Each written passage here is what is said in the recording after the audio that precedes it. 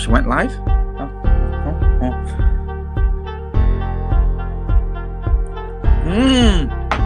Let's go. By the way, it's muted, yeah? You mute everyone. And we live. Thank you. Come on, guys. Smile. Pretend you guys having fun. It's almost Friday. To be fair, January is a funny month, right? I know everybody probably spend their money on December. We are live. We are live. Yes. Were you not online? Welcome to Hello. another How are you? Sorry, my computer's all over the place. Yeah, I can hear everybody now. Hello. Hi. How are you? I'm well. Nikki, come on. Natty. Okay, cool. Let's try that again. So, welcome to another episode of The Hot Sauce. I am your host for this evening, Sir Influential of the Flag Sound Soca Weekender. Welcome you back to another very exciting episode to start the new year. Happy 2023 to all our viewers all over the globe. We have people tuning in from all across the UK, Europe, in Africa, America, Canada, and of course the Caribbean. Let's get it. Today, we are going to be speaking on mental health. So, I'm going to go around the room and I'm going to ask or introduce my lovely set of panelists to, let the audience know who are watching here on YouTube with us on Carnival Slayers YouTube, who they are.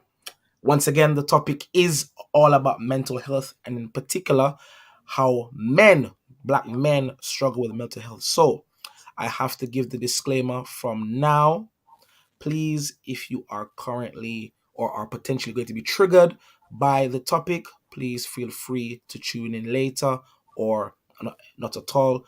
We won't take offense, but please do have paper and pen ready. Sit down and be ready for an engaging conversation. I'm going to start with the lovely guest or speaker, below me. Kay, please introduce yourself to the audience and let them know who you are.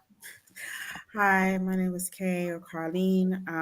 I work in sexual exploitation, domestic abuse, and mental health. Fantastic. Thanks, Kay. Welcome. I believe this is your second or third time on the Hot Sauce. Brilliant. So, to my left, Mr. Debs Fitness, please introduce yourself to the audience. How you guys doing? By the way, I just want to say it's a privilege to be on Carnival Slayer Hot Sauce. As you guys know, Dev's Fitness, speak for itself. I'm into the fitness space. I also do a little bit of mentoring, life coaching. I'm also engineer. But yeah, tonight is all about mental health, and I want to dive in and pick the brains of the panelists and see, where they're coming from. Brilliant. Thank you very much. Simone, please let us know who you are and what exactly you do. Good evening. I am Simone and I am a child and adolescent psychotherapeutic counsellor. I work with teenagers and children. Brilliant. Thank you so much, Simone. Theo, where are you speaking from and what do you do?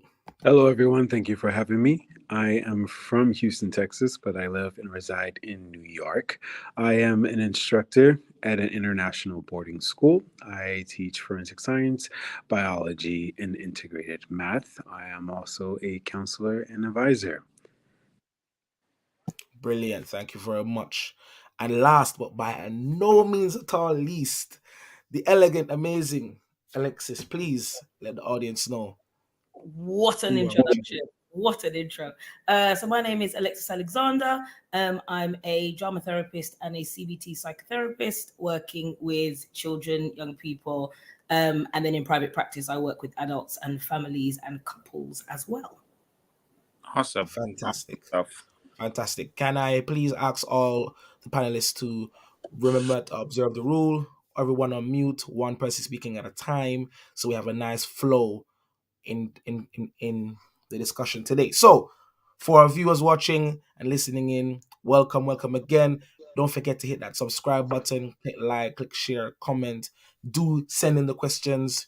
we do have our CEO slash backstage manager, stage manager, Miss Nye, Carnival Slayer herself, that will be, popping up your questions so we can see and have your engagement right here with us.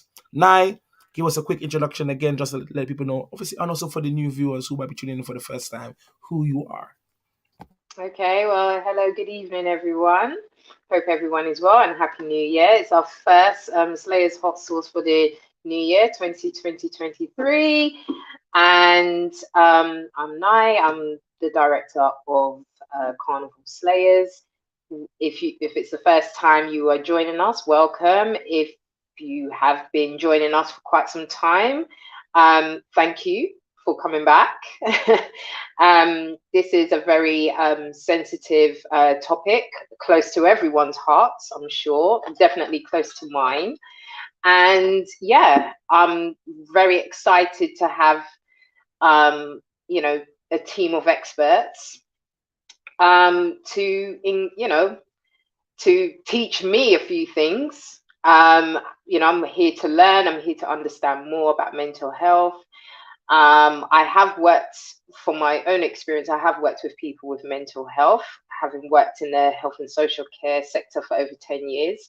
So I know quite a bit about mental health, but I'm not as in depth with it as some of you panelists today. So that is me. And yeah, I'm looking forward to the show. And thank you, Sir Influential, for hosting. Most importantly. Brilliant, Nye. Thank you so much for that introduction. As we've mentioned, the topic for tonight's discussion is all about mental health. And it's going to be a very heavy conversation, but a very good, fun, and the usual typical hot sauce kind of conversation, without a doubt. And straight off the bat, I'm going to just ask generally my panelists straight away, how are you all? How is your mental health at this moment in time, January 2023? I was about to say 2022, and I had to catch myself. So yes, the mental health of you all.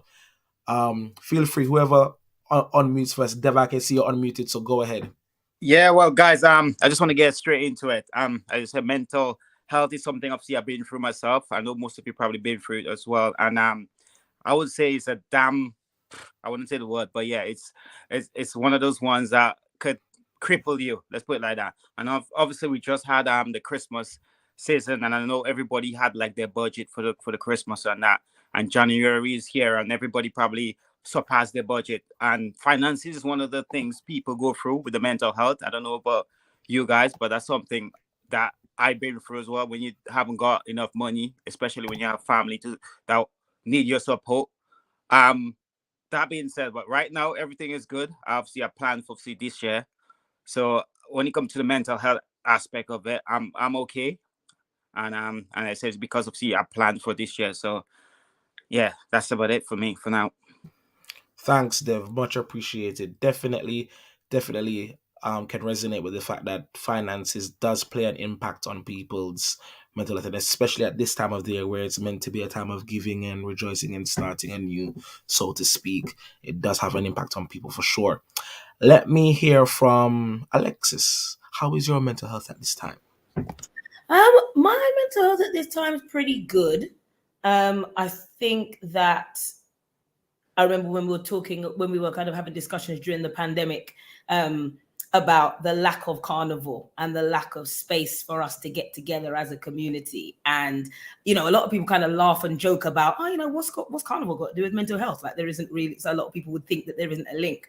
But trust and believe, the fact that I am flying out shortly to go to Trinidad Carnival, it is definitely having an impact, a good impact on my emotional health and well-being, because the sun is going to hit my skin real soon. The tunes are going to hit my waistline real soon. Amen. So that's amen. So definitely from an emotional health and well-being perspective, I'm in a good place. And yeah, I think that's me. Brilliant. And I'm glad you mentioned the carnival already, because that was going to be one of my little sticking points to say.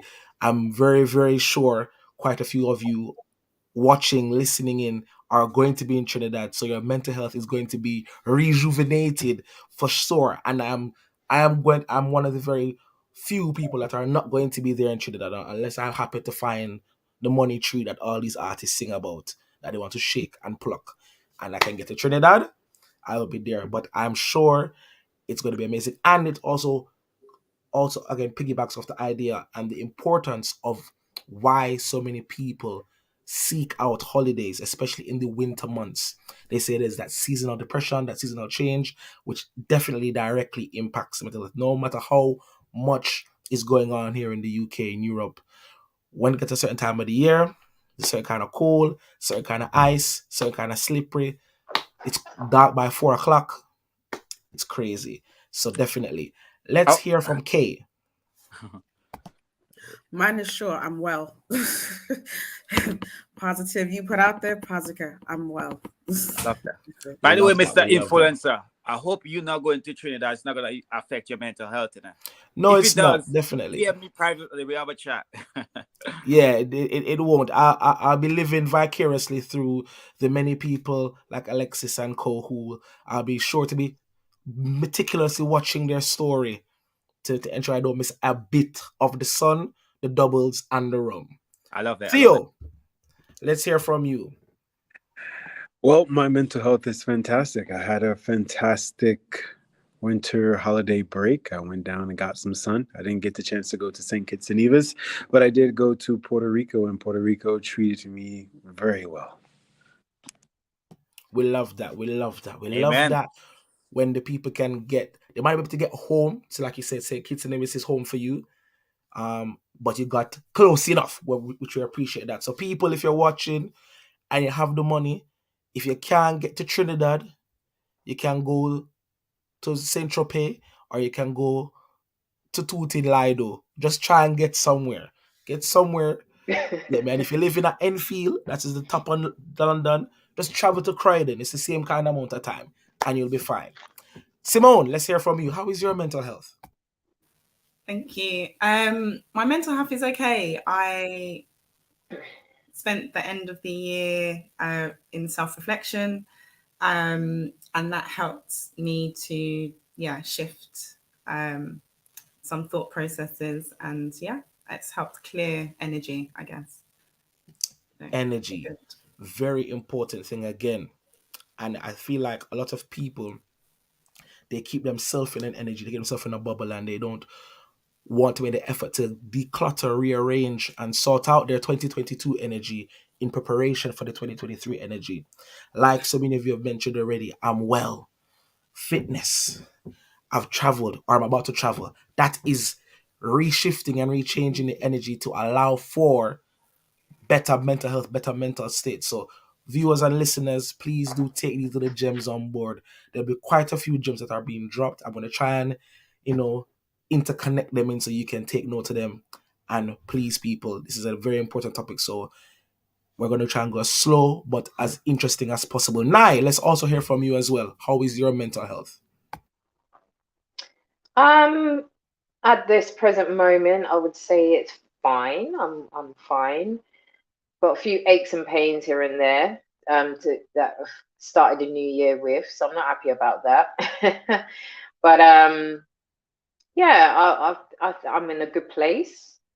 I've been spending a lot of money and on the kids after Christmas, so a bit broke pocket.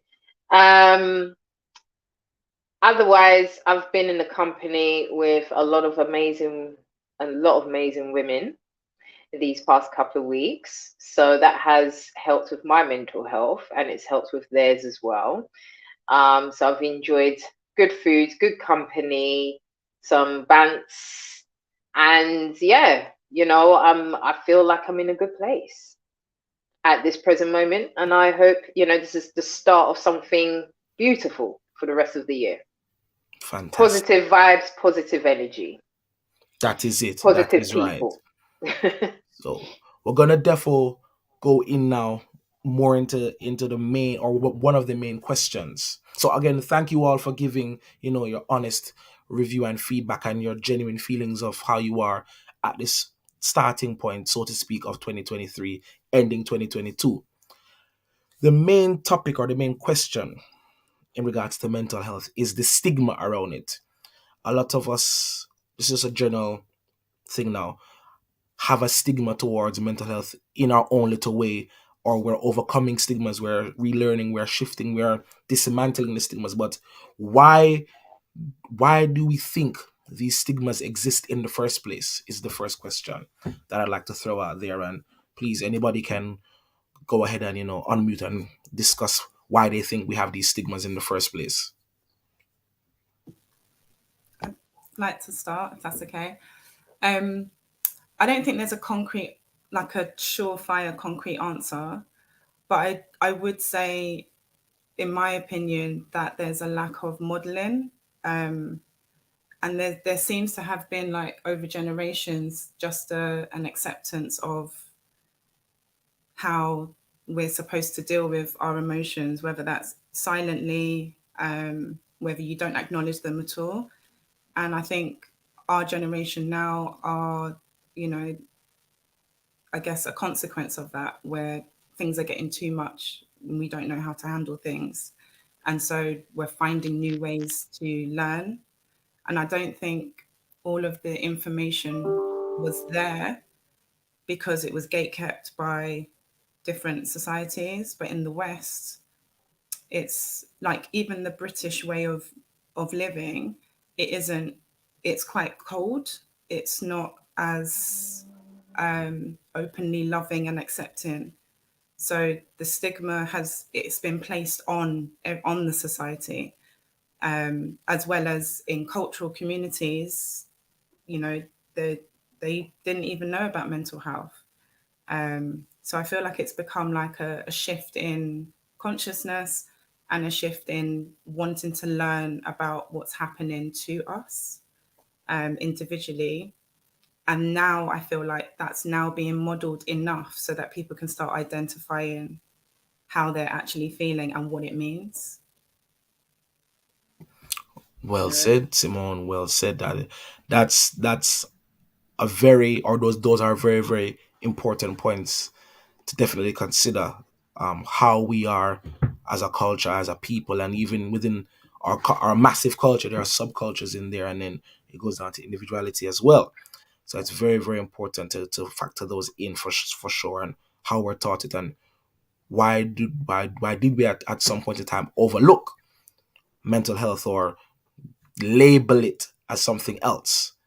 Who's next? Who else would like to chip in at this time? And go ahead, Kate. Oh, Yeah, so I was actually gonna what I was gonna say is actually kind of piggybacking off of what Simone said, but just in a different aspect.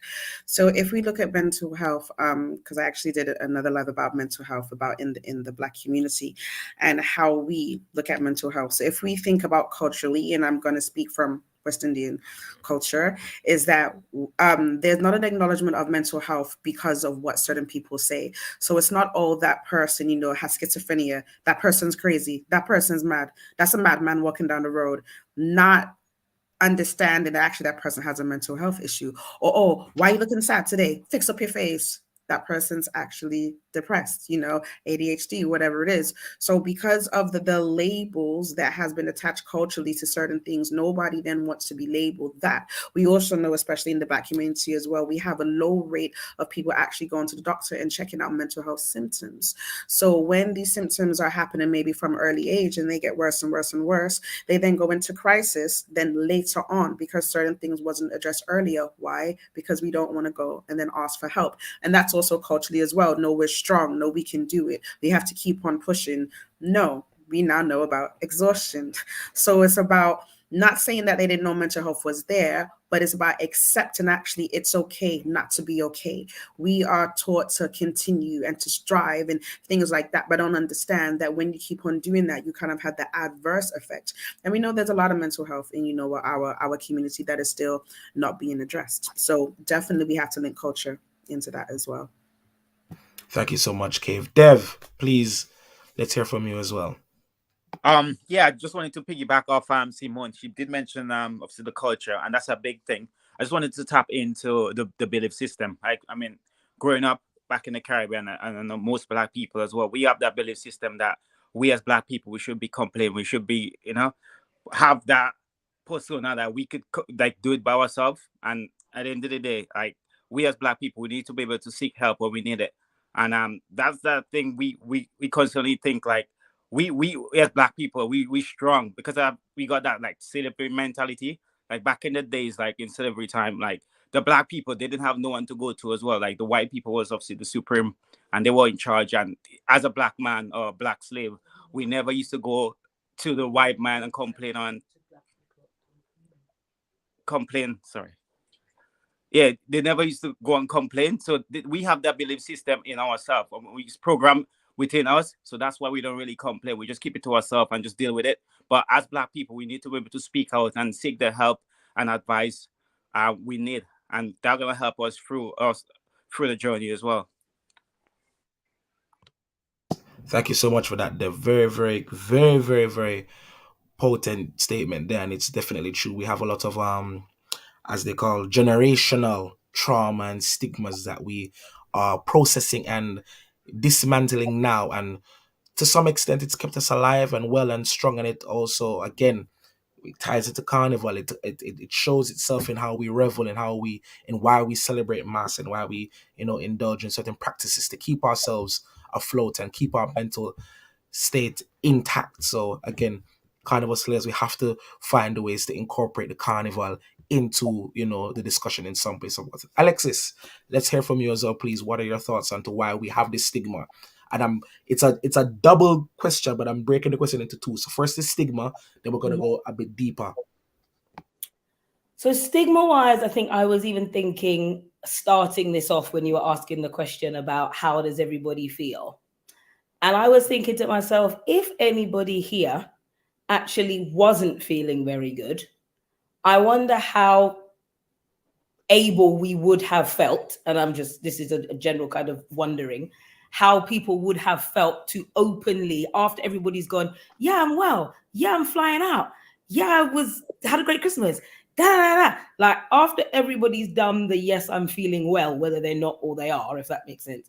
How able do you as an individual then feel to say, well, actually, no, do you know what? I cried all day yesterday. Or no, actually, I was really, I'm really depressed because actually I don't know where my next paycheck is coming from. That kind of thing. And I think from a stigma perspective, social media, I think, has had a good benefit, but has also made things worse in ways. Because on one hand, there are a lot of, social media accounts that are plugging therapy for the Black community. Let's talk to each other. Let's, help each other. But then there are also, I feel, every good account in a way that's saying, yes, talk. There's all of these different sites, and I lead it slightly to men because that's what we're kind of here to talk about, that are saying, men that cry aren't masculine, men that talk about their feelings, just get on with it, keep calm, carry on, man up. You got the Andrew Tates of the world messing up men's heads. Like there's so much that's going on that actually the stigma, I think, is almost growing in some ways. So it's getting better in some avenues, I feel, but getting worse in others. And I think social media definitely has something to do with that. And I just wanted to go back slightly to what Dev was saying there. I think in some of the teaching that I do, we talk about decolonizing psychology and decolonizing therapy.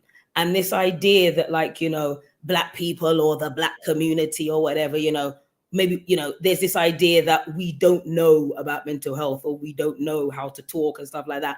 But actually, before we were enslaved, before we went through an entire generational trauma of what happened to us when our ancestors were enslaved, there was a sense of understanding how to spiritually heal, how to talk to each other, whether that be through drums, whether that be through music, whether that be through, finding healing powers from our cultures. And then we went through a time where it was like, no, that's wrong. A lot of cultures will still see schizophrenia as it actually being good that you can talk to our ancestors, it being good that we can talk to people that aren't necessarily on this physical plane. But now it's seen through a kind of a mental health lens where that is bad. And I feel like a lot of our cultures have gone through a ripping away of how to heal ourselves And now it's like we're learning how to come back together again, if that makes sense, which I think will take time. This, yes, 100%. Again, Alexis, That's a lot of words, but yeah, it's a lot, and I was prepared for this topic to be heavy and be a lot, and I'm here for it. I'm glad that we have this kind of panel where it's a variety of us speaking in all intricate ways about the challenges we face with tackling the stigma, because we have to remember that we're receiving part and participating and unpacking and unpicking the stigma from a very young age, and through different mediums, through fitness, through social interaction, through coaching, through therapy, we are then able to better understand what that stigma looks like and how it impacts all of us differently at different stages in our mental capacity as well as our physical capacity as well.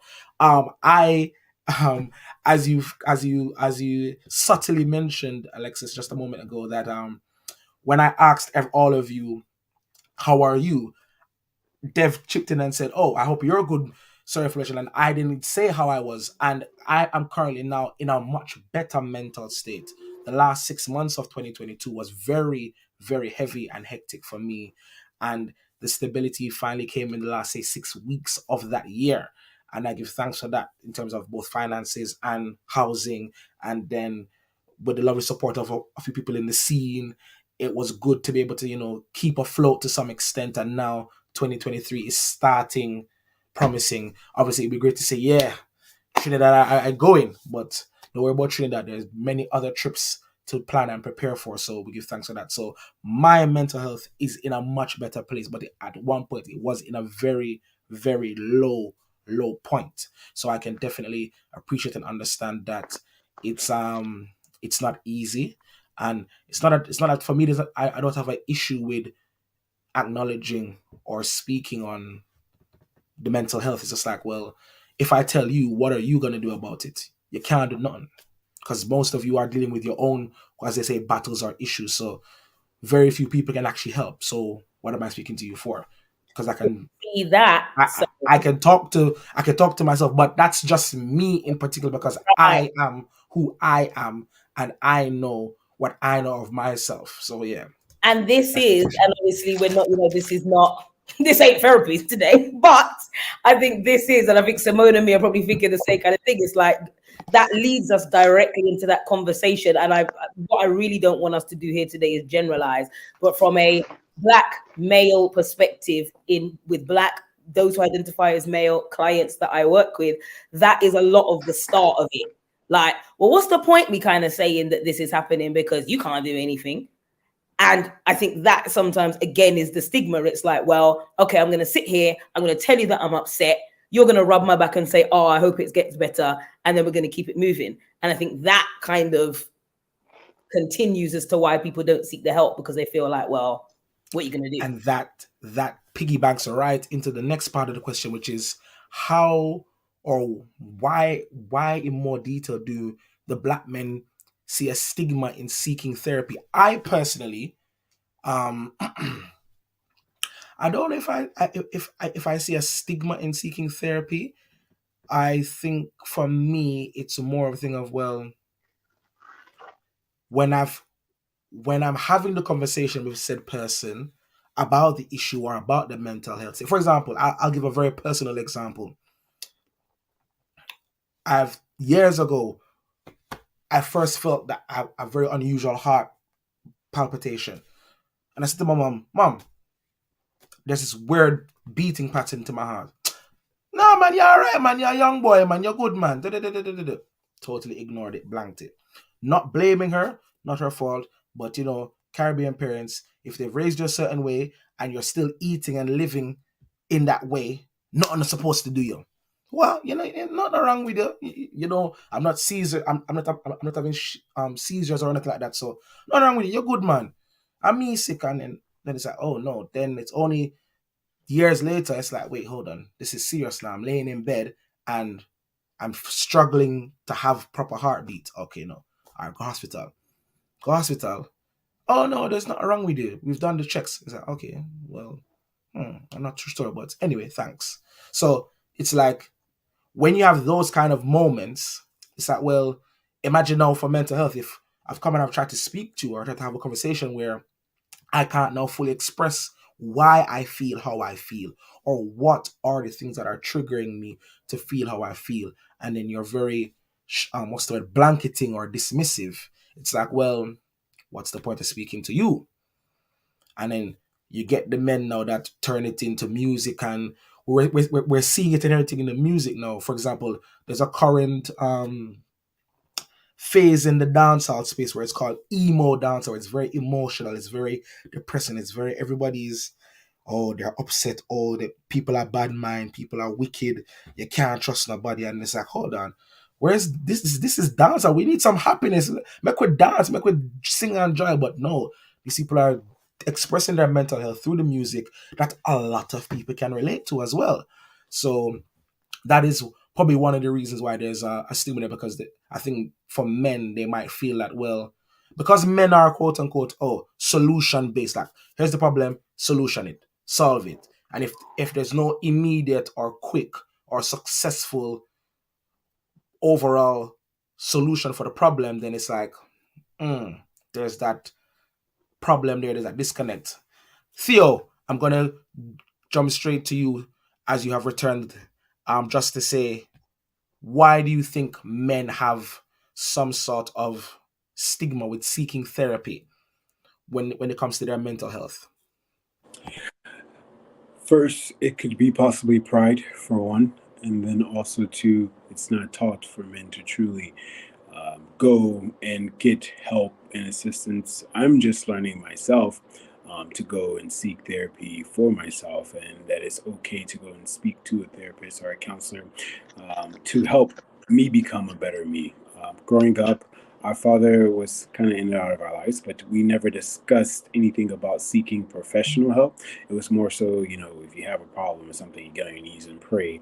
But what happens beyond that point when praying is not happening fast enough, or even though you are praying, how do you deal with this? Because praying is not telling you how to do it. You asking for help, but what other solutions are out there to help me along this process? And I find it very interesting that I was invited to come up because I had my very first ever mental breakdown last semester being here where I work, because I've never been in a position where I live where I work and I don't leave. And the building is all white walls, which one would drive anyone crazy. And then it's not many of us here. And being that it's not many of us here, not all skin folks are kin folks, is the saying. And I found that at first I didn't really know what that meant, because I've never been in a predicament like this before. But then as I got into this predicament and I realized, wow, I can't even go to my own when I'm needing to be around my own, to be able to put the facade down, to talk real talk, or just be black for one moment. Unfortunately, you find yourself trapped within your head or trapped within the four walls. And I guess, you don't want to admit that you need help too. It sometimes, like I say, pride. A lot of times you don't want to admit, or you don't even know where to start. It's not taught growing up either as a young adult that you should have. It just started coming about because of all the different incidents that has been happening, especially across the country with people killing themselves. But yeah, and then also, as you spoke earlier about the winter, and I never experienced early darkness before, so that's another thing that took a toll on me. Is getting dark at the earliest 3:30, latest 4:30. I'm not used to that, or it's gloomy all the time, so that takes another toll. And then the people around you, I mean, work, work, work, but no one ever talks about, oh, you should go get some mental help. They talk about detaching, but what does that mean? Right? A lot of times people may tell me that, I do counseling X, Y, and Z, but what does that mean? How is it helping you? You're not sharing that part. And I feel that Black men don't really share that they really need help or they're dealing with something. They keep it to themselves. Growing up, my grandfather never even cried. I never seen him cry. My grandmother said she never seen him cry because he kept that to himself. And a lot of times suppressing that causes other health issues as well. 110%. Thank Thanks so you. much, Theo. My pleasure. Thanks so much, Theo. That's it. That's like a lot of things compiled into one, and we're gonna definitely unpick and unpack those more and more as we progress the conversation. Simone, I think like listening to both Theo and So Influential talking, I think the thing that jumped out for me, which I can kind of recognize in some of the young people that I see in schools, is there's like two things. It's like learned behavior and a lack of safe space to be themselves.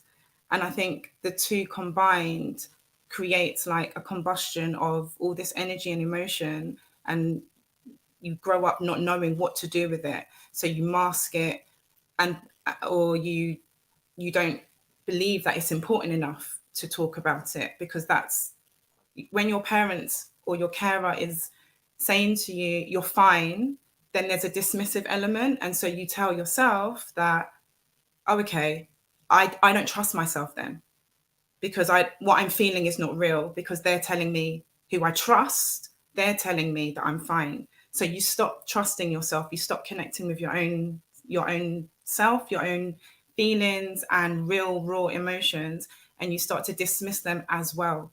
And the more you do that, it becomes a habit, and then you grow up into an adult and you're feeling all this emotion, but you don't know now how to get it out. So there's a lack of information, there's a lack of modeling. And on top of that, who you think you are is also suppressing who you really are. And so it, like Theo said, you don't realize what you're going through until you're going through it. And then you're like, what is this? Like, oh my God. And then when you do have those safe spaces, you then start to connect. Oh my gosh, this did happen to me when I was younger. And you start to connect those dots and understand yourself more. And I think that's, there's a huge gap between childhood and understanding what your feelings are, and then being acknowledged, what you're experiencing, your experiences being acknowledged, and coming to an adult and realizing what you're actually experiencing now and maybe in the past. It's like the gap in between is huge, because if you don't have a carer who's going to take that time to listen to you or understand how to listen to you, or a teacher or any safe person emotionally, chances are your friendship groups, you're all going through the same thing. You mentioned pride, Theo, as well. Like, if no one's talking and no one's sharing, how do you become vulnerable? How do you then show how to be your true self, flaws and all, with one another? Because it's not being modeled. So then you probably end up in friendships where you're all doing the same thing and you're all suffering probably around the same topics and themes, but none of you know how to do it because you haven't been shown how to. And it takes like one person, for example, to just be like, do you know what, I did this, and talk about it. And then by somebody being vulnerable, that then feeds into the people that are around you, isn't it? They then start to become vulnerable around you and start to trust, and the trust becomes stronger, and then you learn and grow together. And I think that's maybe what is missing from the male community, because you have to have this masculine front all the time. You can't show emotion because it's seen as weak. Who told you that? This is what the questions we need to be asking is, who told you that? Where did you learn that? And unpick it and start to be like, well, okay, this is that's what you're experiencing, but who told you that that is how you need to be? Because when you come to realize it, it's like, well, actually, through process of experiences that I've had in the past, it's made me believe that as a man, I shouldn't do this. As a man, I can't do that. Actually, you can. You've just never been given the permission to do it. And if you have, it hasn't been received with love, and it hasn't been received with acceptance. Yeah, that's it. Thanks so much for that, Simone. Definitely learned behavior. I am definitely, and I think many men watching this can attest to being products, or livers and people that are practices of learned behavior, most definitely, and acting out and safeguarding and cultivating a pattern and a lifestyle of, what, yeah man, we are right. Yeah man, we are right. Push and go through. There's even a song by I think I might be wrong. I think it's either Dennis Brown or it's Beres Hammond, but it's called "Real Warriors Don't Cry," And I remember my eldest brother. So when my dad passed, my eldest brother told us all about that song, and he sung that song repeatedly when daddy passed. And it's like, yeah. So from then you're learning from, this is 2001, 2002. You're learning about this thing of suppressing your feelings, and men don't cry, warriors don't cry. And it's like, well, we have now a bigger issue here. Devs, let's hear from you as a what is your take on that in a bit more detail?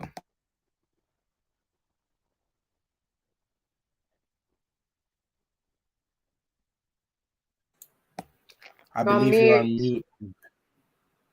Oh, sorry. Yeah, just say repeat the question again, just for the viewers as well, and just for myself. So yeah, the question is, why do Black men struggle with seeking therapy, or see it as a stigma for seeking therapy for their mental health? Um, it could be the environment as well, how they were brought up. Like, for example, my dad and my mom, we were growing up quite as strong men. And as Simon said as well, like growing up, like my mom, like crying and obviously stuff is like, it's not like a thing. Because every time, like when I do something wrong, right, we couldn't go to my mom and speak to her. In that sense, like she's gonna tell us off, or we just gonna get smacking. We need to obviously man up and be the man type of thing. And I think because of that persona growing up, that cannot limit me from going out to speak to people, because I'm thinking my mom did that to me. Who, like, what about a stranger? I can't go to speak to a stranger and open up, myself and tell them how I'm feeling. So as men, we tend to obviously keep that inside as well, because of our environment, like our parents, our cousins, our people you look up to. You probably speak to them and they're not really answering you, or they're not giving you the encouragement you need. So you're thinking like, I can't really speak to no one, so I'm just gonna keep it to myself, and that build up inside, and that make you into the person you are. Like me being in the military as well, they really obviously come on you as as a masculine figure. And if you literally complain all the time, they call you a whinger. Like when you complain or you're saying like, oh, I got this going on in my life, they're gonna tell you to man up and just, do you want like a tissue, or you crying for you being a little girl, or the B word, and you're thinking, well, I'm going through a real problem right now. I need help. I'm trying to get your help. And you trying to hold me down and tell me I need to be a man. I'm like, well, so that kind of persona you build up as well. And you're thinking like there's no help out there, and we just need to like be the person and conquer it by yourself. But obviously I figure out the way obviously to overcome that through my process as well. So I dealt with it by myself in a way that worked for me to overcome whatever I've been through. But at the end of the day, like the help wasn't there in the way like I wanted it. Like when I go to certain people, they're not giving like me the help, or like the individual the help they need. So that can affect people as well. And that's why we as Black men, if we feel it hard to go out and speak to people, as Theo said as well, the pride as well. You're thinking, oh, what if you tell Peter you're going through this thing, he might go and tell everyone you're going through that problem. So that's gonna hold a little feeling on you as well. You're thinking like, I don't want everyone to know I'm going through that. So let me man up and just keep it to myself. So that's one of the reasons I think. I was gonna say, just off the back of what Dev said there, and also what Black Star's written in the comments about, like, 30 years of being told to be masculine, but people expecting to unlearn in like a couple of weeks. And I think it's also about how, as Black women, we speak to Black little boys, for example. So how mothers speak to little boys. So, unfortunately, I know we're not here to talk about marriage and divorce and separation rates and whatever, but the amount of little Black boys that are told, oh, you're the man of the house now, or and you've got to you got to man up because that's a waste man or whatever. And it's like thinking about actually telling a 3-year-old or a 4 or 5 or 6, even a teenager, telling them that they are the man of something is a huge responsibility to put on a child's shoulders. And I think there's that. And then there's also, I talk about it with the team that I work with quite a lot, even society adultifies is the wrong word, but I'll use it. I don't even think that word exists. Adultifies children. So like you'll hear, 14-year-old Black boys, oh, this young man. No, he's a boy. Like this thing of, especially for Black people and Black girls as well, this adultification of children, basically, and this need to be an adult, this need to be I'll hand over to Kay in a minute, Lisa, promise. There's this need for boys to feel like they have to grow up, they have to be the man of something. And I think that really does leave an impact. And last point from me, I think, on this is that a lot of time when we think about trauma, people think trauma is like, large scale abuse or violence or something like that. But we got to remember that trauma, like there's a big T, there's a little t. And thinking about trauma just as something that is distressing, just because it isn't a huge inverted commas abuse that young person may have suffered or that child might have suffered, it's distressing for them. So it still may be traumatic. So like you're saying there, Dev, just being told, man up, be quiet, what are you crying for? That again makes people push it down. And I think that then 30 years later being told, come on, come to therapy, let's talk about it, share your feelings, be vulnerable, like, where they're just going to learn this. So I think it's from childhood that we need to think about it. Kay? To the T. Thanks so much, Alexis. Definitely. Kay, please. I mean, no, a lot of what I was just going to say, Alexis, what covered it about the language that we're using, with children. Because a lot of times, it just from childhood. I mean, even, Dev, when you were saying, your family's saying be strong. What does strong mean? And I have to, again, link it back to culturally. We can use strong to mean you don't express emotions. Another culture can express strong. So, yeah, you've gone to, university and stuff and get a degree. You're strong in that way.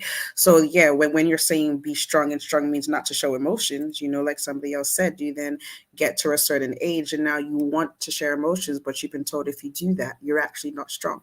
So you then have to struggle with the words that you have been told how to act. And I was going to say the same thing about, the little boy as well, how you're speaking to children. You and then a man, you are not a man, but then you have these manly expectations that I then need to do this. I then need to act a certain way. And you can really mess up kids. And, there's been studies talking about, any impacts with children in between the ages of 7 to 10 that will last them a lifetime. And you can still do things, but it takes a lot of time to, unravel. And some traumatic events doesn't even have to last a long period of time. It can just be one instance. But like Alexis said, it's how that has been interpreted by that person, that particular moment in time. So again, we have a lot of links, going back to mental health and, the different things between men. When I say females and male, about how, we are spoken to and how we process certain things. And we do know the differences, especially with men as well, is again, feelings. Females are taught to have feelings and express certain things. Men are taught not to have feelings. So why am I then going to ask for mental health? You're going to call me, a certain type of word. Oh, now you're going to call me a female because I've said, oh, I'm feeling sad. It's a natural emotion. It's some of the stuff that I teach with emotions. Every emotion is valid. They are your emotions. You are allowed to be happy. You're allowed to be sad. You are allowed to be angry. But what are we taught? Don't be angry. That's wrong. Why is it wrong? It's a natural emotion. So it's unlearning some of the language and vocabulary that we have been taught is negative. No word is negative. It's how you have interpreted it and how we deal with it. So we have to get back to language. I have to stop right there and just give the viewers a moment to let that all soak in. Like, if you're just tuning in, welcome to the hot sauce. We're in the hot seat talking about everything to do with mental health at the start of 2023, and especially for men and Black men in particular, about how we digest and absorb and deal with our mental health, and also seeking therapy to better manage our mental health.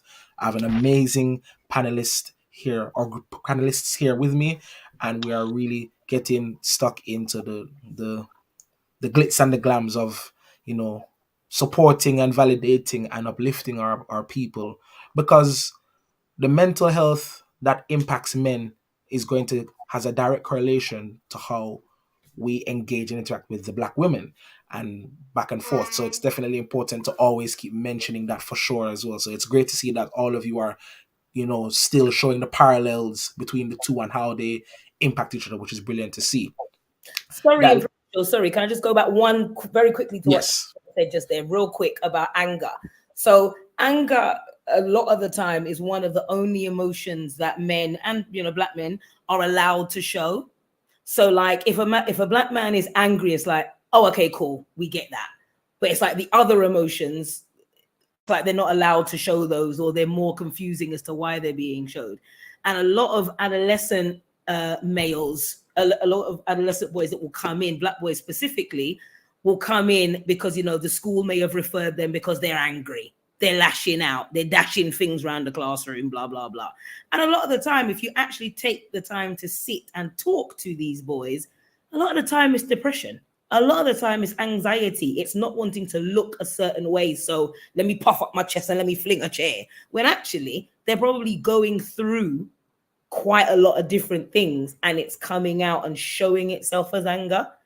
And I think that, again, because at that kind of age group, these young people are more likely to be expelled, sent to a PRU, sent to a, you know, behavior mentoring, whatever, as opposed to counseling or therapy.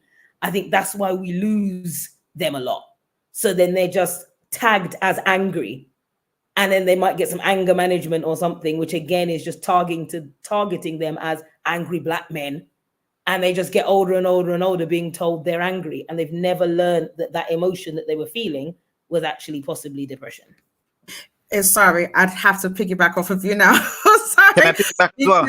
Yeah. So it's not even just it's funny you mentioned anger and about men, because we have to look at it as women as well, and even professionals in certain environments that cannot identify certain things. So even if we even look at women, for example, and let's just say, you know, the stereotype, the angry black woman, you know, or, you know, she's acting a certain way. How, like you said, how do you know that's anger? How do you know that's not frustration? How do you know she's not having anxiety? How do you know that she's not having a mental health down? And how much times do we know in the workplaces, which is now why they have to have a mental health third aider in the workplace, for somebody that's able to identify the signs of somebody going through a mental health crisis? Because again, like what you said, oh, they're just being rude, they're just being angry, they're just being disrespectful. No, there's actually a mental health issue there. So people in work environments, we need to be able to spot the signs, because like you said, you get these labels. That's not what it is at all.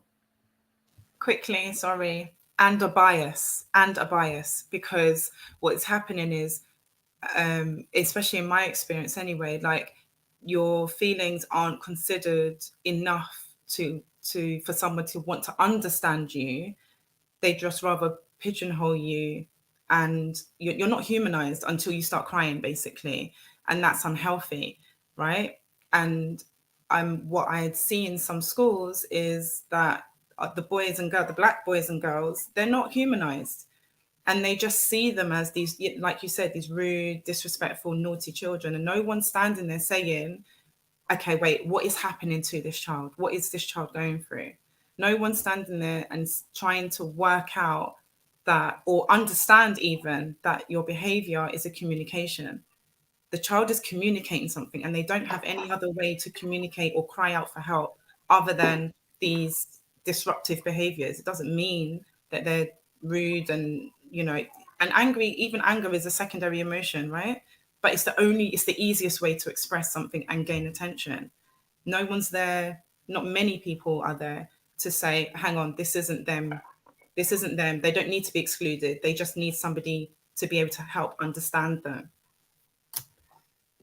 You know, we say too all the time that actions speak louder than words, but most of the time, do we actually pay attention to the actions that's speaking more verbally than the words are itself? Don't stop there, Theo. Please, you gotta keep rolling. You got listen. I just say that because y'all making it easy for me tonight. Just go and talk. I'm taking my notes. Just go and talk. And I just say that because working with students from all over the world, I mean, going into this, I had no idea what I got myself into, you know, working at an international boarding school. But it took a lot of unwiring and rewiring. I mean, I've done it before, but at this level, it's beyond my control of what I ever could have fathomed. And I had to learn different cultures, different backgrounds, how students were raised. And then when I started listening to them, when they talking to their friends about the way they grew up and about their parents, it made sense why they were acting the way that they were. Because at first I was like, what in the world did I get myself into? This is not normal for me, coming from down south and in a minority school. It's a little bit different going to an international school where students are from all over. A lot of them may not spend a lot of time with family members. They have nannies, they have maids. You have so many different levels to what people are dealing with internally, maybe back home personally, but the way the students would act out, I was like, no, there's more to this. It had me analyzing their actions a lot more. And then from that point, was I able to reach them because I took in consideration the way that they're acting out had nothing to do with me, maybe the school, something that they were already dealing with before they even got here. It even happened over the summer. I had a student and his mother was crying during a program, and his mother was crying. And I was like, wow, what happened? I mean, he wanted to sign up, and he told me, he's like, honestly, Ben, that I felt comfortable. I just want to be real. My parents forced me to come here, and I did not want to come.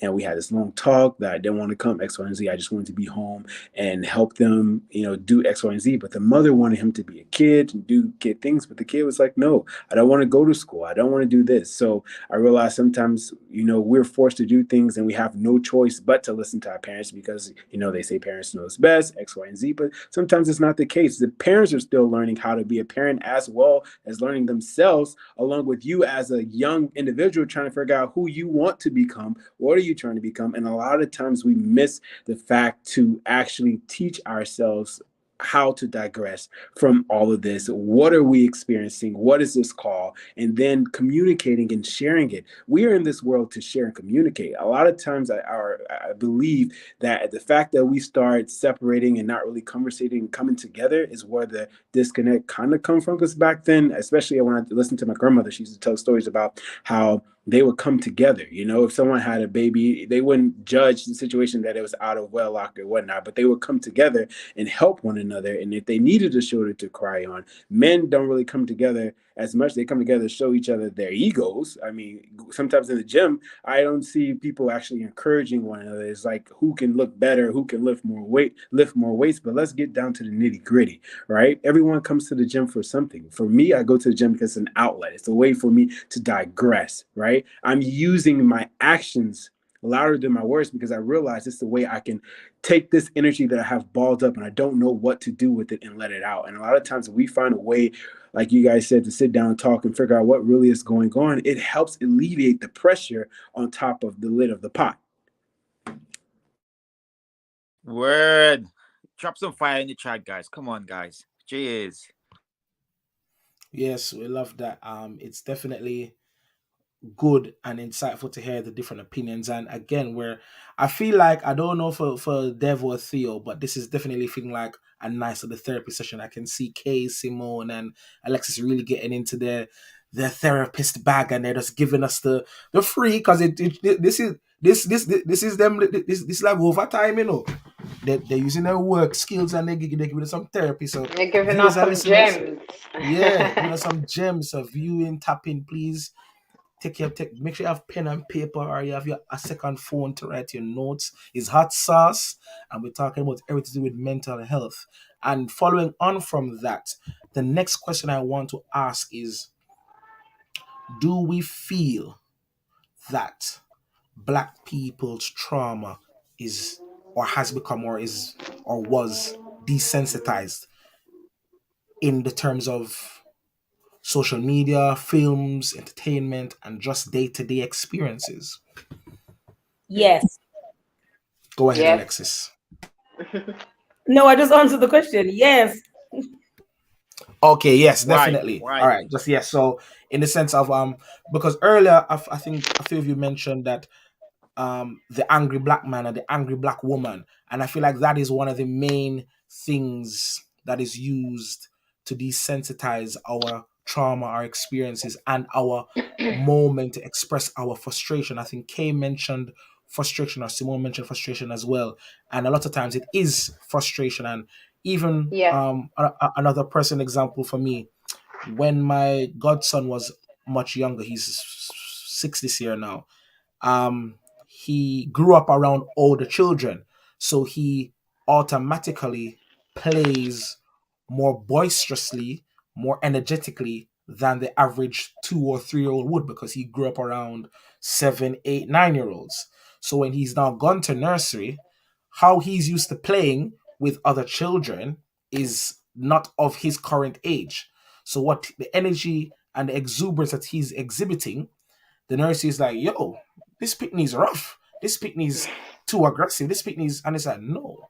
So then I had to sit down with him and said to him, listen, don't let them describe my, your son like that, because they're going to start profiling him and labeling him from that age. And that's going to be a bad thing. I said, no, whenever they said that, you correct them and said, no, he's energetic. He's enthusiastic. He's excited. He's happy. And you use that and you change the energy. And I said to her as well, don't baby him so much, because then that also has the impact on how you express and how you let out your frustration. If every time he's frustrated about something, you pick him up and you cuddle him, you're going to cause a problem, because when he's with me, he's not going to get that. So we have to be very mindful on the coaching as well. And I see it play out. So no, wait, hold on. I know you're coming for me, but wait.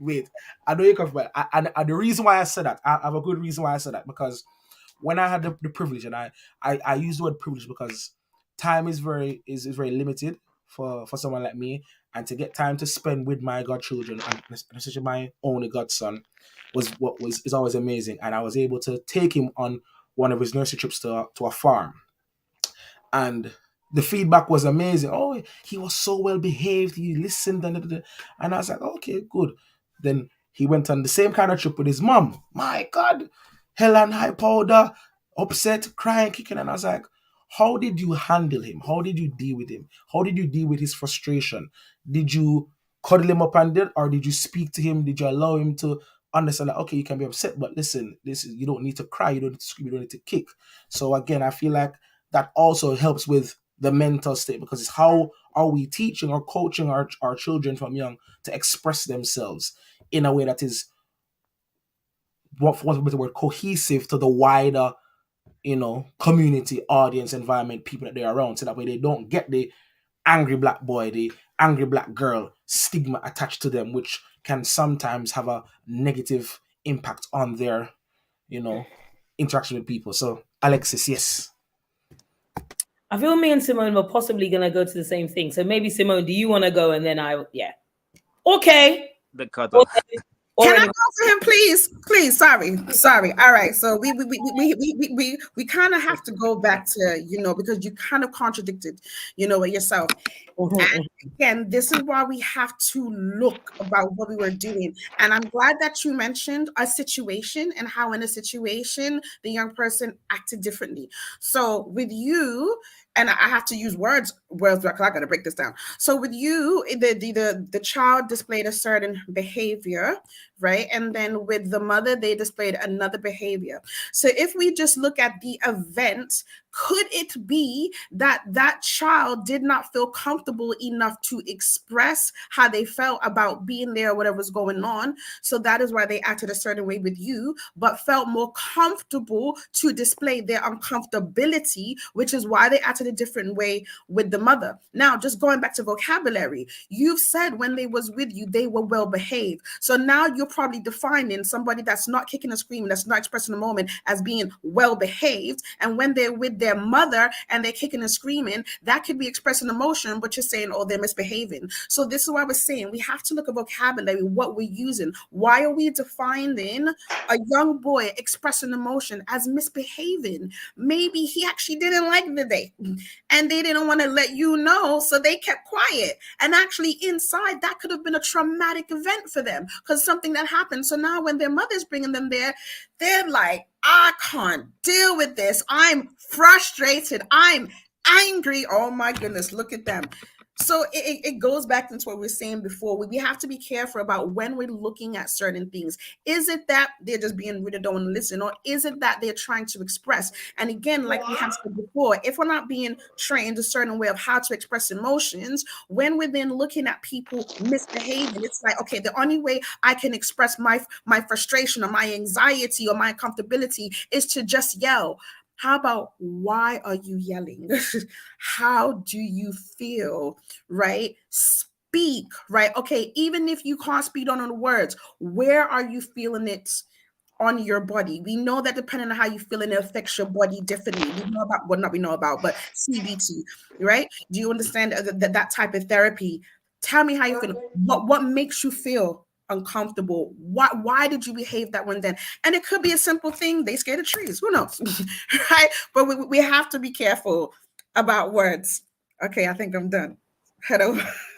And I just think that I think exactly, I mean, yes, exactly, agreed. But I think definitely, especially obviously influential there, you've shared something that's specific to your godson. You're obviously somebody that you know specifically and whatever. And I think this is not about what happened in that specific situation. This is not about, did you do right? Did you do wrong? Did the mother do right? Did the mother do wrong? I just think that it's great that we've literally got a live example in the chat in which what we do and we don't even realize we're doing it is that we are downloading our own generational way of exactly what Kay said there. What is bad behavior? What is good behavior from our own parents? We know a lot of our parents were like, my child never used to bruck out on the bus, because I would just give my child one look. And then my child would just, do you know what I mean? And really, what was probably happening for a lot of those children, they were probably afraid. They were probably fearful. And, no, they weren't fearful. They respected me. Okay, yeah, but now that they're 48 and they don't know how to use their words and share their feelings, I would rather my child kicked out a little bit on the bus and I was able to have a conversation about what is distressing you right now than have a child that was frozen with fear by my mere look and is now unable, as they're older, to express how they feel about things. So I think if we can start doing that generationally with our children, like how are we, talking to your child when they're kicking out, when they're doing all different kind of things, having that conversation, what, like Kay said, where are you feeling this? What's happening for you? Because a lot of the time, if we start to look at behavior as a communication, I think especially in little boys, yes, little girls as well, but especially because we're here to talk about men, especially in little boys, I think that will help as they grow to be able to say, my chest hurts. Why does your chest hurt? I'll just go and drink some water. No. Are you anxious? Is there something worrying you? Is there a pain in your stomach because you're worried about something that's going to happen tomorrow? Having those kind of conversations, I think would be a great start. And love that. Simone, yes, go ahead. Sorry. Just to round that off, I think parenting is difficult. Let's just not and you don't have to be, perfect all the time. It's completely impossible. It's about moderation. It's about understanding how you're talking to your child and what you're trying to get out of the interaction that you're having with your child as well. I think, yes, talking to your child, but also the thing that maybe parents may feel that they don't have enough time to do is listen. And I think that's where the answers are. If you stop talking and actually start listening to your children, you'll learn them. You'll start to understand what their triggers are. You'll start to understand, you'll start to see the signs when they're getting tired, when they're younger and don't have the words for it, So, and then you can, as a parent, start giving them the right language so that the next time they can actually turn around and say, this is how they're feeling. So I think an amalgamation of what Kay and Alexis were saying. Also, from your example, influential, when you were saying about your godson, I was thinking, children will act out to the people that are the safest to them.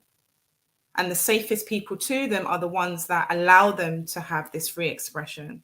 So he probably felt that his mum is probably his closest carer, but maybe she's also available enough that he can be that way. And she won't berate him for it, or she won't dismiss those big feelings. Because as a parent, those big feelings, invoke feelings in the parent, right? And sometimes those feelings are so big that the parent doesn't even know how to deal with what they're feeling.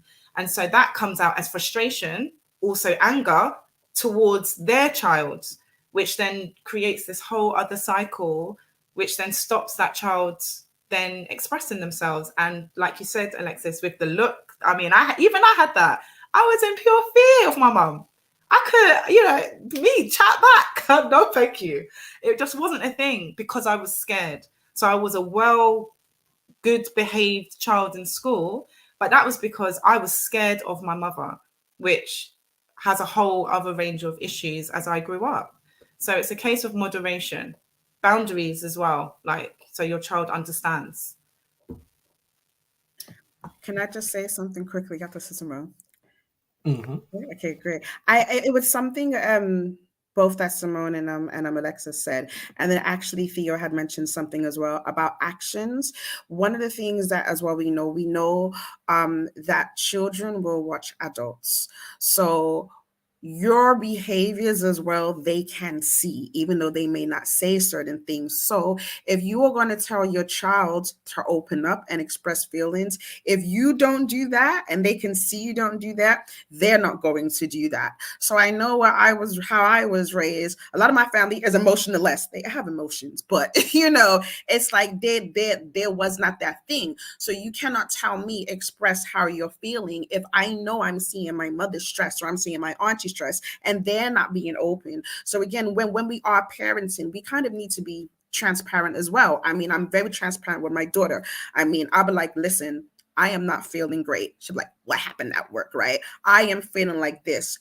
Making her comfortable to share when she's not feeling well. So when she would then text me, I'm not feeling great, I will ask, what has happened today? I'm like, I think you're probably having an anxiety attack. All right. This is what you need to do. And we have a very open level of communication like that. So the fact when she then speaks to her friends, she's like, if you speak to my mother, she will actually tell you she think you're depressed. All right. You need to go and speak to somebody because we have that open level of, a communication. So parenting or aunts and aunties, if you are, having these conversations, they need to be looking at you as well. Because otherwise, like someone said, they're not going to feel comfortable to do it because they can see that you're not doing it. Thank you all so much. So, with that being all said, is that one of the ways that we somewhat desensitize trauma within the Black community, where we have a blanketed approach, like I just did with my godson, where I think, okay, well, this might be a fear factor, or it's probably the fear factor is like, well, okay, he's gonna talk to me more sternly. He's gonna hold my hand and say, listen, why are you? Because I'm asking you, why are you screaming and shouting? But I'm not gonna just allow you to scream and shout. So I'm asking you why you scream and shout, but maybe because I'm holding and I'm looking at you, I'm speaking to you firmly. All those things probably desensitize or limit the, as you guys have said, the freedom of expression to let out the frustration, let out the emotion in the way that they are able to best do it at that time, at that age, which is a great point to make because I didn't think of that and say, oh yeah, he's only 3, he's only 2. Yeah. Mm-hmm. And sometimes we so okay. Yeah, go ahead. No, I just say to add to that as well, it's a learned behavior as well. Like, to be fair, like, as you probably growing up, you probably been taught the same thing as well. Your dad probably done the same thing to you as well. So you don't know better. So that's your approach to obviously your godson. So I would say like it's a learned behavior. That's what you've been programmed with growing up as a man. So you're thinking that's the right thing. Like in school, they don't teach us as men or women how to like help your kids when they're going through certain problem. We just have to learn on the job, and that's the thing in society. We need help in those areas, like how to help our kids when they're going through certain things in their life, like the signs and the symptoms, how to be able to approach it. Like, for example, somebody with ADHD, like in school, like you as a parent, you wouldn't know that because you don't know the sign. And there's kids in school, there's certain things they're doing, and you get report constantly from the teacher saying like, oh, your kids is bad behavior, and you don't know obviously the symptom the child is going through because you never go and test the child, and they have ADHD, and the reason why they're acting like that is because they got I said a mental ability. And I think as parents we probably need to go and do the, like, as a kid, like I was dyslexic and obviously I haven't been this diagnosed as a kid, or my parents didn't do that. But I think as parents, we need to be able to go through like the different process, because we don't know, but the only way we're gonna know is by going through the process. And I think they should have like a period within school where you could like test your skill, your kids to see what they have and where their abilities are strong or weak, so they'll be able to help them in the future as adults. Because that's where we went wrong in the start. Like as kids, we weren't given the help we needed to become like the best father or the best coach or whatever. We needed that help in the starting to be able to be our authentic self in the future. So that's my little point on that. You just being able to be taught as a kid, so you'll be able to be the person you will need to be in the future for your family. I think that goes to like responsibility of parents and schools, isn't it?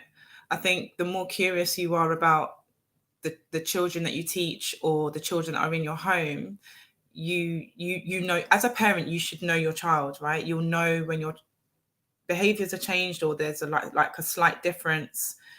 And I think in schools, some schools, I can't speak for all, but some schools are good at recognizing signs and liaising with parents to get their children's tested or referred to services to understand what their level of need is in school, so that they can actually then provide more support for them in school.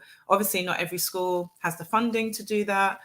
Not every school maybe even works in that way, right? But there should be like a partnership between schools and parents. And sometimes I just feel like there isn't that. Like, I think parents sometimes have their own anxieties about school.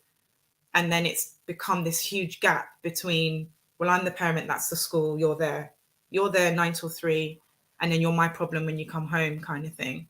And I think schools and parents need to bridge that gap and start working together, because that's the only way the child is going to be properly supported as well, especially if they aren't misdiagnosed or not even diagnosed. You know, girls especially, we know, go undiagnosed because they are more well functioning than boys with some issues. So it becomes a case of being vigilant, school and home, but working together to try and support the children so that they get proper support as they're growing up.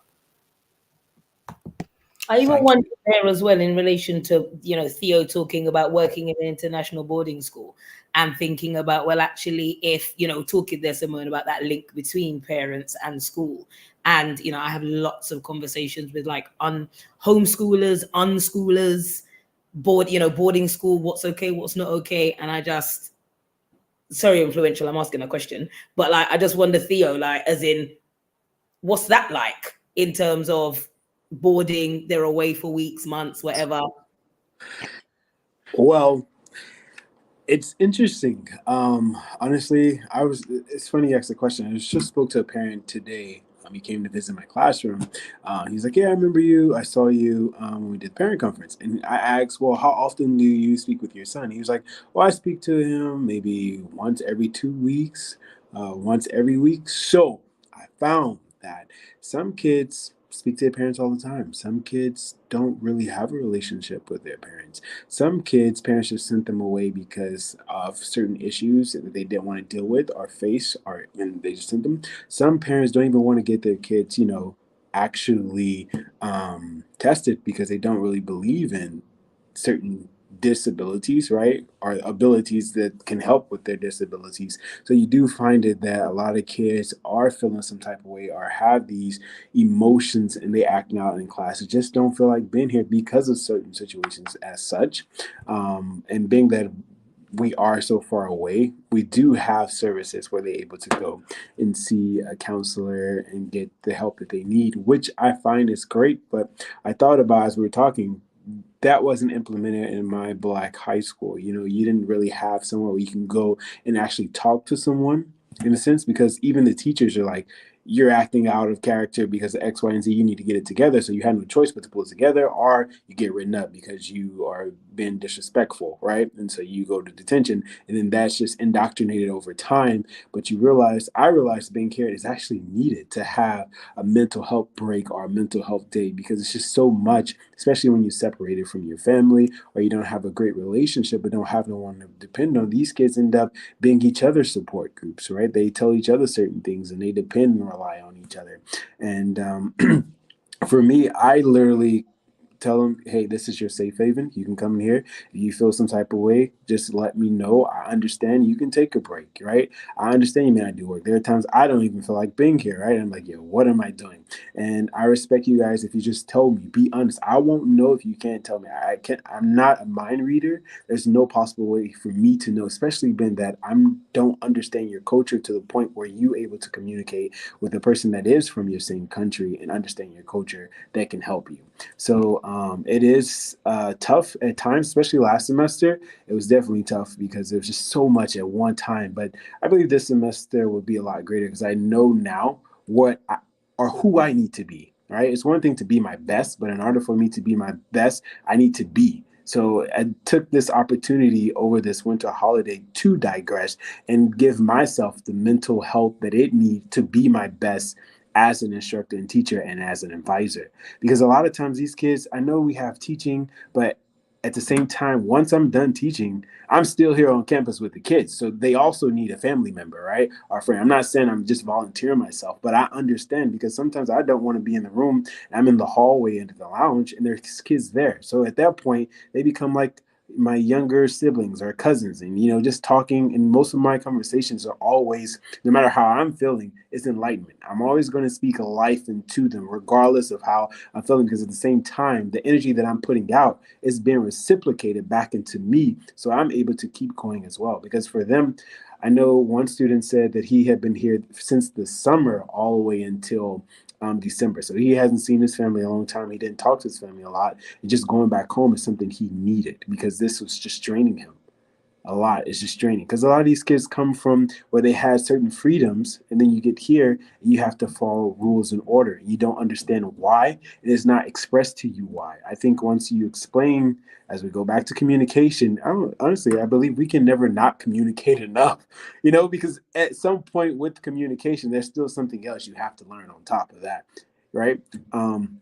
I just should say that, yeah, it is a whirlwind at times, but they have the resources that they need in order to get better.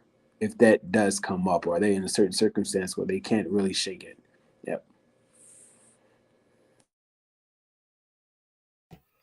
Happy with that answer, Alexis? Did I answer your question? I hope I did. No, Theo, don't worry about influential. Influential is just chatting. Your answer was wonderful, and it gave us a lovely insight into your world. Thank you. And it definitely leads right into the other thing I wanted to touch on, which is how do you guys you folks, sorry, trying to not use the terminology guys when having a beautiful broad panelist like this, how do you folks get your own therapy? Because surely when you're providing counseling and therapy for so many people, whether it's admitted or not, there's a lot of emotional offsetting onto you that you now need to cleanse yourself of to allow for your own headspace to be free. So how do you, as therapists, counselors, teachers, coaches, fitness people, navigate that space to make yourself free and available to be and exist holistically? Because I'm going in like 4 minutes, I might as well just go first, guys, and get out of the way. I said I know my friend Theo, so I normally speak to him. Like I said, we as coaches, we need obviously coaches as well. So I normally speak to Theo. Also obviously I do my own routine type of thing for me. That works for me because you need to do certain things that work for you. So like meditation helped me a lot. Reflecting, I do reflecting on a day-to-day, journaling, all of that stuff helped me a lot. Going to the gym, that's like something I do. As Theo mentioned, like you got so much stuff boiled in, sometimes you just need to take out some steam. So the gym normally helped me a lot. And yeah, I like to just like talk to myself as well. I like to go in the mirror and just make sure we good. You know what I mean? I see it. How are you feeling today? And yeah, just like that self-love as well. It's always a good thing for me. So that's what I do to help myself when I'm going through a lot of ups and downs, because I know the things that's happening in my life is happening, for me, not to me. So it's a growth cycle for me. So that's what I see it. I see it like, for me to get to the next level, I need to go through the dirt. Yeah, because I know in life there's always a demon in every level. There's a devil. So I realize like I'm going to the next level right now. So let's walk that devil and just get to the next level. So that's what I do. That's my method of processing like the mental health side of it, and I tend to go through it using those methods I mentioned earlier. Thank you so much, Dev. And the last question that I wanted to ask, but I'm going to ask it to you straight away before you go, is there a mental health book that people should be reading in 2023 that you can recommend? Yeah, there's a few books you could dive into. Yeah, the Power of the Subconscious Mind as a big book. Actually reading it right now. That's a good book you could read. Also The Power of Now. Like, a lot of people, what happened, they tend to think about the stuff that happened in the past and stuff that's gonna happen in the future. But guys, I just want to focus on the present. If you focus on the present, like, stress is not gonna happen within the present moment. So I always want to focus on the present. And one more book, The Power of Awareness. That's a real book as well. It's a good book for you guys to dive into. That's gonna help you with your awareness as well, because you need to be aware of yourself, but also your surrounding. That's gonna help you take yourself to the next level. Brilliant. Dev, thank you so much. You've been amazing. And thank you for bringing that fire contribution to the hot sauce for the men's mental health and awareness and the stigma and the therapy and obviously overcoming it. So big up yourself. Oops. Okay, let's hear from you. What are some of the things you do to help, I have rid yourself of the stresses of stress. I have a range of things, and I always recommend to anybody to always have a range of things that will help you, because depending on the emotion that you're feeling at that time, one thing may not work and you may have to do something else.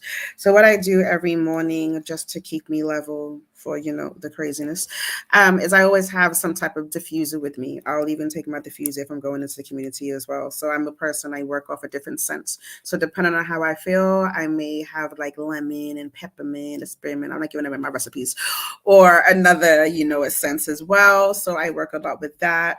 If I'm getting really stressed, I may go for a walk. I know in the community I always have my headphones on or playing music and stuff as well, which I normally have in the background for work. So for me, I work with sounds and smells, but then again, sometimes those may not work.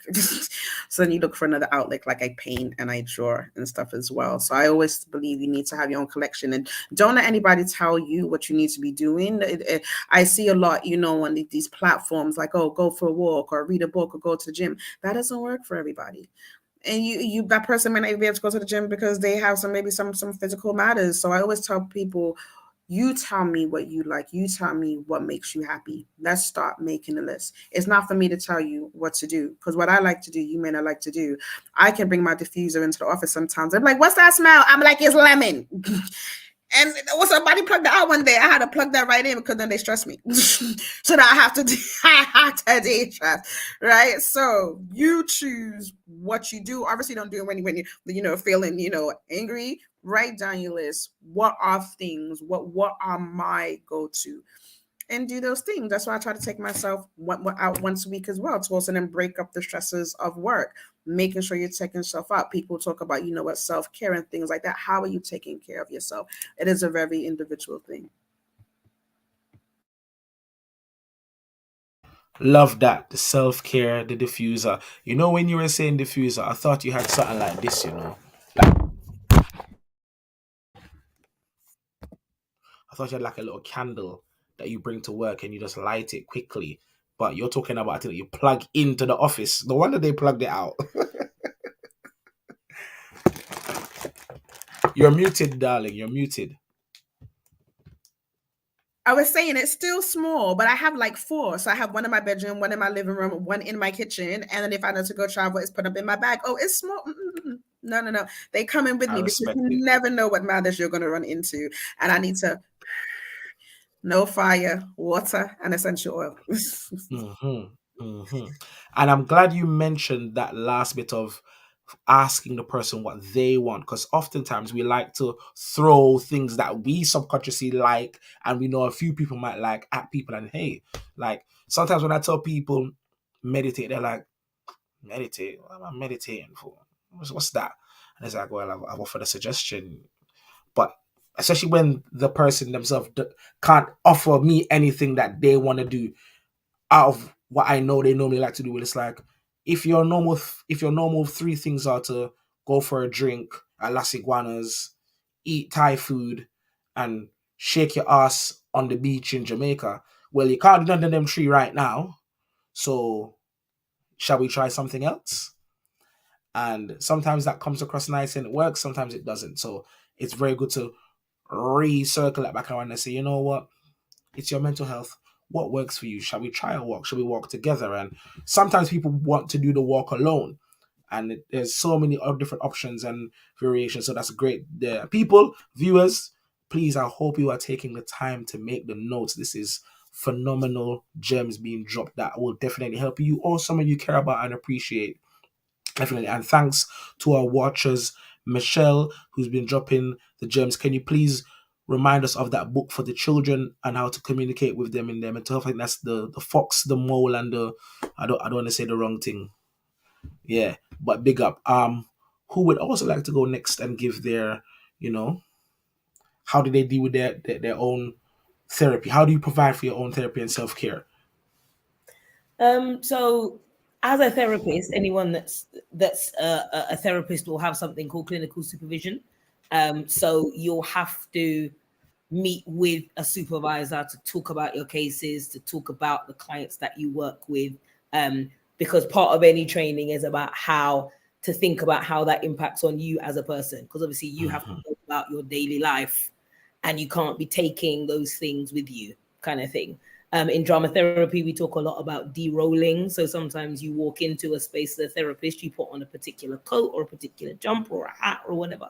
I know me personally, since kind of changing in the pandemic and doing a lot of therapy from home, I make sure that there's a particular space within my house that I do the therapy. I make sure that I move from one space to another when seeing clients and not seeing clients.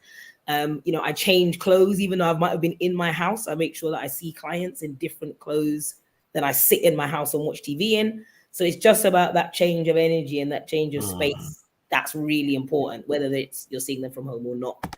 And then in terms of like my own, I personally am in personal therapy. So since when did I go back? 2020. When was the pando start? 2020, innit? Yeah. So just before the pandemic, I kind of went back to personal therapy. And I think I really want to say to people that you don't have to go to therapy because something is wrong. Like you can literally just be in therapy because, I'd like to kind of understand myself a bit more. I'd like to have a space that isn't supervision where I can just be like, this thing really made me vex. Why did it make me so vex? Blah, blah, blah, blah. Do you know what I mean? And that's what therapy can be for. It doesn't have to be that something is up necessarily. And the last thing I think what I touched on at the beginning is I do truthfully believe that Carnival is my therapy. The ability to be connected to Black people, to be in a country where I see myself, because obviously in London, I don't see myself too tough. So even in London, but like to see myself, to not be seen as Black, but to just be seen as somebody else, to have that cultural connection is definitely my therapy. So that's something that I do as well to look after myself. We love that. The music, the culture, the vibe, the art, the essence of mass and playing mass. I hope all of our viewers do get a chance to play mass this year. Theo, we hope to see you at Notting Hill Carnival or a carnival at some point this year, wherever you're going. Pick up on yourself. So, Simone, shall we hear from you, please? Thank you. Mine is similar to Alexis. I have clinical supervision, which I've now increased because my caseload is quite full. And I also am in my own personal therapy. And going back to what Kay said, I think understanding yourself and knowing what works for you is really helpful. I like a lot of solitude. I know some people in my life don't understand it, but I need that solitude to kind of just self-reflect and kind of move through what is around me, and music, whether that's dancing or sometimes playing my guitar when I want to. I've gotten into a bit of art recently as well. I've discovered I enjoy painting, so I've started to do that as well. And nature, trying as much as I can to be outside when I have the energy to. And rest, proper rest is so important, especially when you're dealing with the inner worlds of such troubled young children. Like, it takes a toll on my energy. So rest is another important thing for me. Thank you so much, Simone. And I love that you, sorry, okay, one second quickly. I love that you mentioned that you discovered something, even at this age, that you thought beforehand you wouldn't enjoy. That's not your thing. And it's now something that you do to help keep yourself balanced and grounded and whole. So people, if you're watching, if there's anything that you've had a small inkling, I feel like doing that, and you put it to the back of your mind, now bring it to the forefront and please go and enjoy it. Don't limit yourself to what you're normally used to doing. So if you're normally used to buying a Chinese every Friday and getting a what name, a Copperberg from Tesco, and this Friday you feel like going for a jog from one point to the next point and then sitting down under a tree in the cold and meditating, do it. Try something different. Try it, get into the nature. Keep as many of those mediums open to you as possible, because again, another thing that I've noticed with mental health is that a lot of people get stuck in their cycle of what they're used to doing. So then now when they have a traumatic experience that takes them above or below their threshold of what they used to managing, they don't know how to, balance themselves again. So open yourself up to being like a sponge and being able to take on many different facets of healing and therapy to allow you to, stay afloat. Okay. Yeah, I was just following up with what Simone said about resting and how it's really important, and how we link resting to mental health. And it goes back to what we was talking about at the very beginning, and I mentioned about culture. Culturally, we have a grind culture. How do you know when your work is done? When you're tired. How do you know when you know in the morning when you finish cleaning and stuff like that and your parents come, why are you still sitting there for? There's more to do. So we have been trained that we're not done and we're not finished until we're tired. So we have to get into the thing. We can't keep doing the grind culture. We are exhausting ourselves. We are not stopping when we need to stop. So if you're working 9 to 5, you need to stop at 5. It is not, oh, I don't feel tired, I need to do more. No, you need to stop. So it's coming out of that mindset that our stopping is when we're feeling tired. And again, that's a whole generational thing. We know what happened on the plantations. We can't say we're tired. We have to keep on going. So in this day and age, we need to just stop. And it's okay to stop. It's okay to finish work and not feel tired. It's okay to stop at 4 or 5 o'clock and say, oh, I'm still refreshed, So all that contributes it. So that's what Simone said about resting. We have to start doing that. It's a very big part, because a lot of us are exhausted. 110%. Theo, let's hear from you, please. So for me, in the morning, I do my morning prayer and play some music to get the mood set. And then I look in the mirror and I speak, I am. And I have a list of things written down on the mirror that says I am. And then before I walk out, I do my sage and my Palo Santo. And then essential oil was already going before I went to sleep, because that's the way I fall asleep.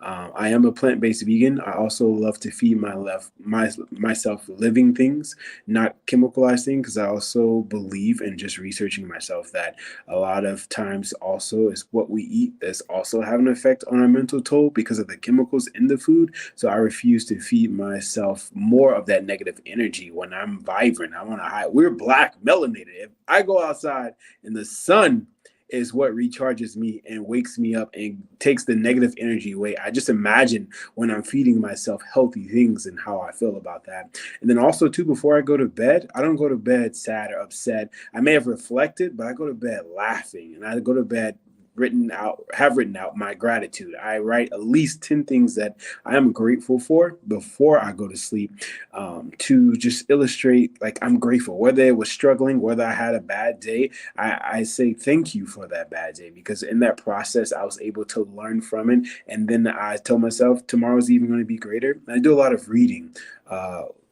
more so self-development books, a lot of the stuff by The Secret.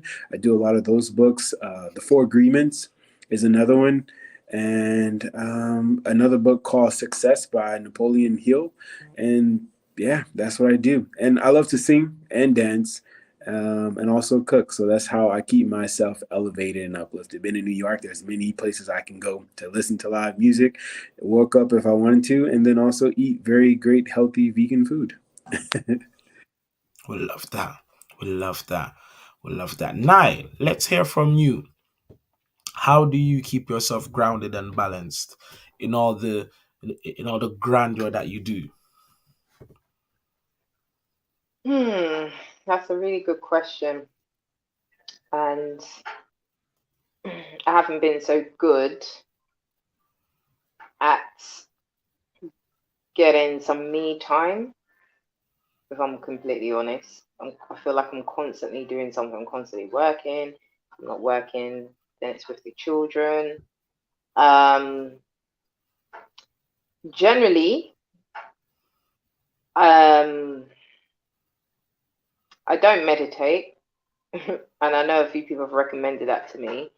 I would probably say the only me time I kind of used to get, which I've been slacking recently, is the gym. But one thing about me is if I'm not in the right headspace, I find it very difficult to work out. And it goes back to what you guys were saying earlier. There's always that cliche thing, isn't it? Oh, go for a walk, go to the gym, do this, do that. You know what I mean? And not everything, not the typical things that people say doesn't work for everyone. You know, everyone's got different strategies, and there's different things that works for people. For me, I think meeting up with people, having conversations, deep, meaningful conversations probably works better for me. That's what I would say. And I've been probably doing that recently, meeting up with the girls, doing different things, you know, having deep, meaningful conversations. So I think that's probably like the best coping mechanism that I've got. It's just talking, nearest and Lovely. dearest, that kind of thing. I think that's more therapeutic for me. And sessions like now, you That's know, when right. we did a podcast. Whatever works for you. Yeah, you know, that's kind of me. But I do believe for 2023, I need to do better at having a bit more sort of me time, relaxation. Couldn't tell you the last time I actually watched a film at home. It's been ages. Just been ages.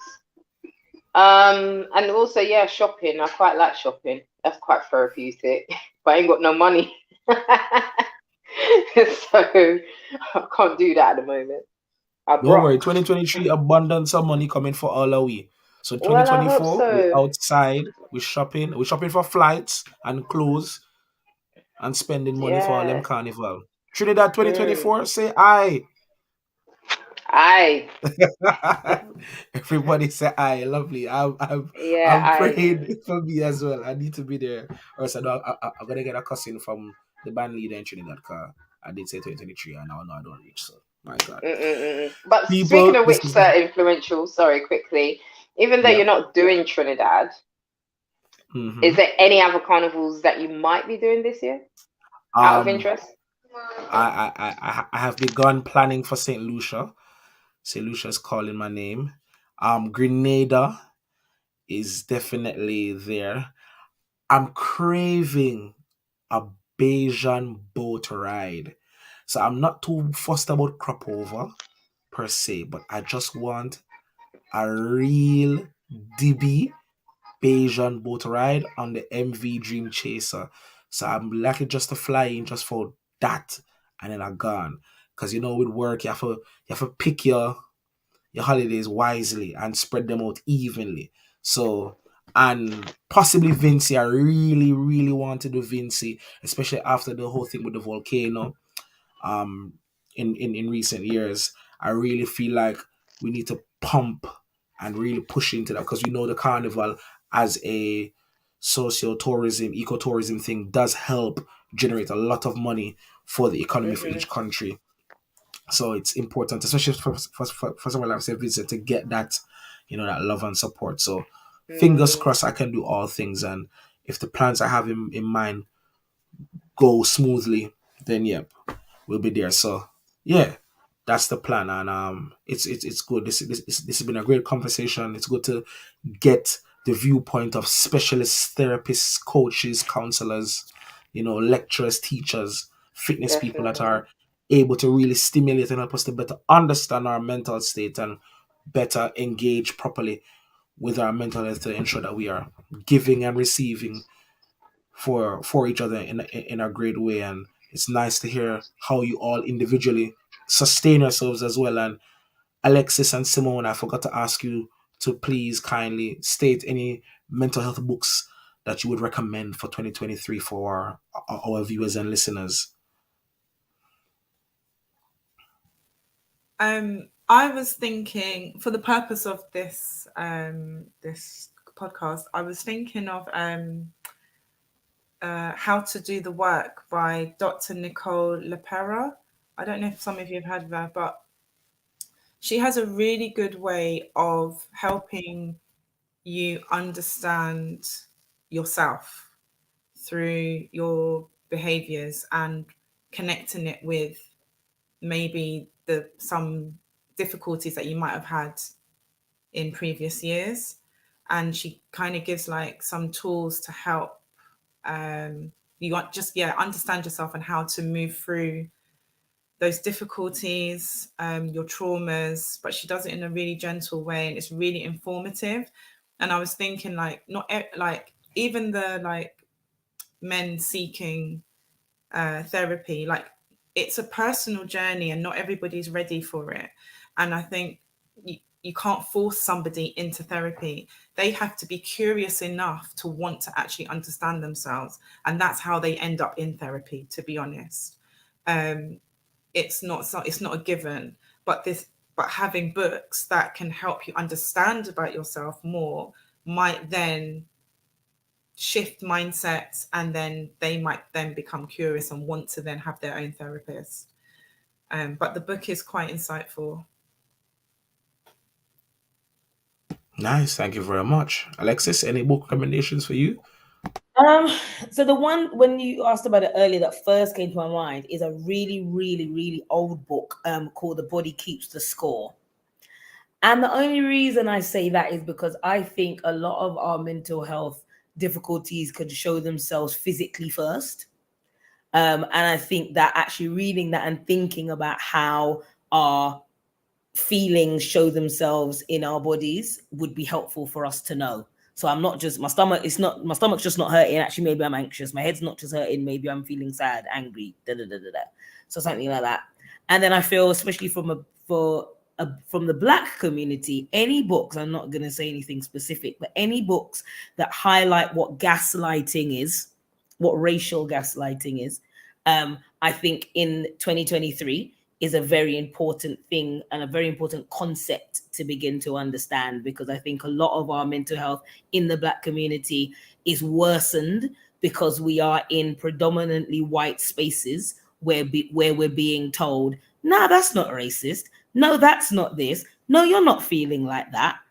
And that is what makes things worse. So any kind of books around the understanding of racial gaslighting would be great for us as a community to start reading and understanding. I'm really glad that you said that, actually. Alexis, because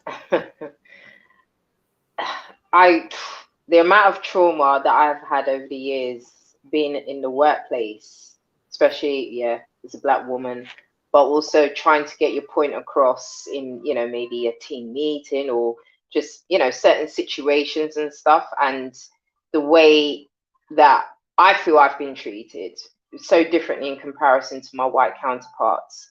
It's very frustrating. It's just like, almost like constantly being pacified. And if when you then recognize it because of the gaslighting, and then you talk about it with maybe it could be your manager or supervisor, whatever, it's suddenly like, you're the problem.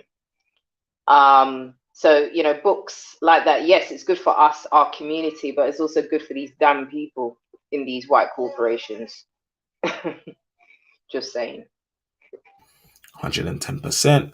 This is the hot sauce right here on Kanye West. Please make sure you are liking, subscribing, hitting the notification bell, sending this video to somebody you care about or you feel is interested and wants to better their mental health or just know a bit more about how to navigate their work-life balance even better.